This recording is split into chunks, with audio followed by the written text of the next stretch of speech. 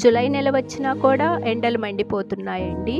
ఈ మండే వేడికి జ్యూస్ అయితే బాగుంటుంది. అది కూడా ఫ్రూట్ జ్యూస్ అయితే మంచి శక్తిని ఇస్తుంది.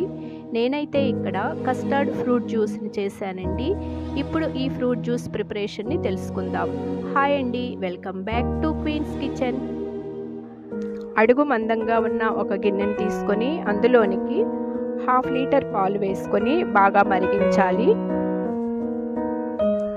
పాలు ఒక పొంగు వచ్చాక 1/2 టీ గ్లాస్ పాలను తీసుకొని చల్లారనివ్వాలి. ఇప్పుడు మరొక చిన్న బౌల్ తీసుకొని అందులో ఇలా 1 స్పూన్ కస్టర్డ్ పౌడర్ని వేసుకోవాలి. ఇప్పుడు ఇందులోకి ముందుగా చల్లార్చి ఉంచిన 1/2 టీ గ్లాస్ పాలను వేసుకొని ఉండలు లేకుండా ఇలా కలుపుకోవాలి. పాలు బాగా థిక్ అయ్యే వరకు స్పూన్తో ఇలా కలుపుతూ ఉండాలి.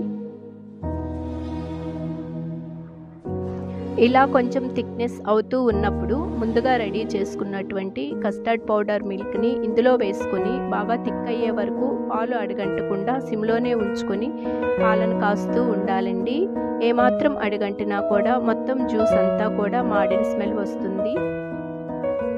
జాగ్రత్తగా ఈ పని అంతా స్టవ్ వద్దనే ఉండి చూసుకోవాలి. ఇదిగోండి, ఇలా థిక్ అయ్యాక స్టవ్ ఆఫ్ చేసి చల్లారనివ్వాలి. ఇలా చల్లారినటువంటి కస్టర్డ్ మిల్క్ని ఒకసారి మిక్సీ వేసుకొని మరింత స్మూత్గా చేసుకోవాలి. ఇలా స్మూతీ టెక్స్చర్ వచ్చిన పాలను ఒక బౌల్లో వేసుకొని 1 అవర్ పాటు ఫ్రిడ్జ్లో ఉంచుకోవాలి.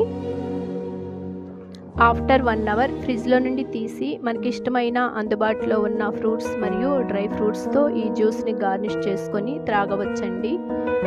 నేనైతే ఇక్కడ ఒక గ్లాస్ తీసుకొని అందులో కొన్ని బాదం పలుకులు, జీడిపప్పు, కిస్మిస్ వేసుకున్నాను.